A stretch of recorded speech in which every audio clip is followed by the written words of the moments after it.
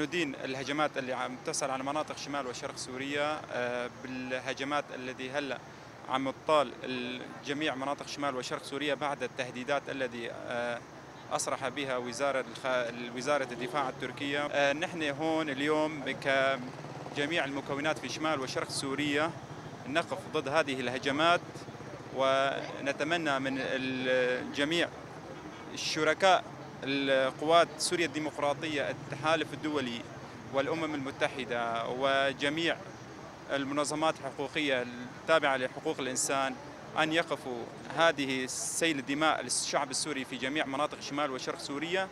والدولة التركية لقت ذريعة لشن الهجمات على مناطق شمال وشرق سوريا، ونحن كمكون أرمني نتذكر الإبادات التي حصلت عام 1915 بحق الشعب الأرمني وراح ضحيتها 1.5 مليون شهيد. اليوم السيناريو تتكرر بنوم المحاكم الدولية وهيئة الأمم المتحدة ومنظمات حقوق الإنسان، وأصبحوا في سبات تام من أجل الدولة التركية. أفقفين دولتها ترك